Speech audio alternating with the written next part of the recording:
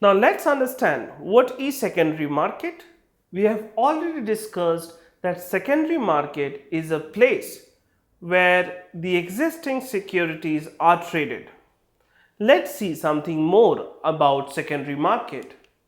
So basically the stock market is known as secondary market. So any transaction that is happening after the IPO, it falls under the category of secondary market. So stock market or stock exchange, another name to stock market or stock exchange, can be your secondary market.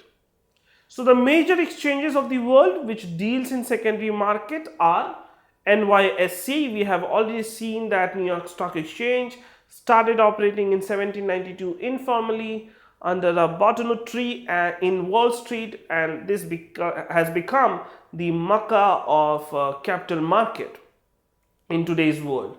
Nasdaq was the place where the small companies in US, because NYSE was a premium stock exchange, so upcoming companies could not get listed in NYSE. So Nasdaq was the place where the budding companies would get listed, and hence these companies became large, making the stock exchange, that is Nasdaq, also very large and popular. The other important global exchange globally or around the world are FTSE, Hang Seng, and our own BSE and NSE, that is Bombay Stock Exchange and National Stock Exchange. So in secondary market, investors are basically trading among themselves.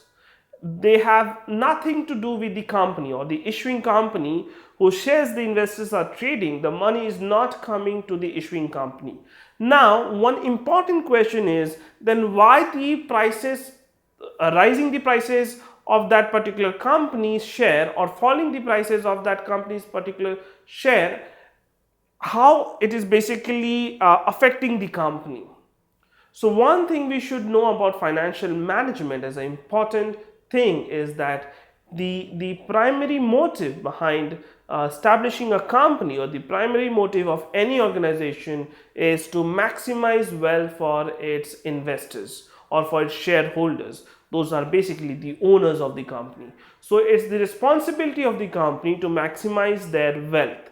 Hence, they make sure that the company's performance is up to mark with the expectations of the shareholders, and hence the company can grow and they can maximize the wealth for their investors. So let's take the example of Infosys stock. If you're dealing with Infosys stock, you are basically not giving money to Infosys if you are purchasing it from stock market. It's basically you are giving money to another investor who has got the Infosys stock in his name. The ownership is now being transferred to you, and that's how you trade among yourself as an investor in secondary market.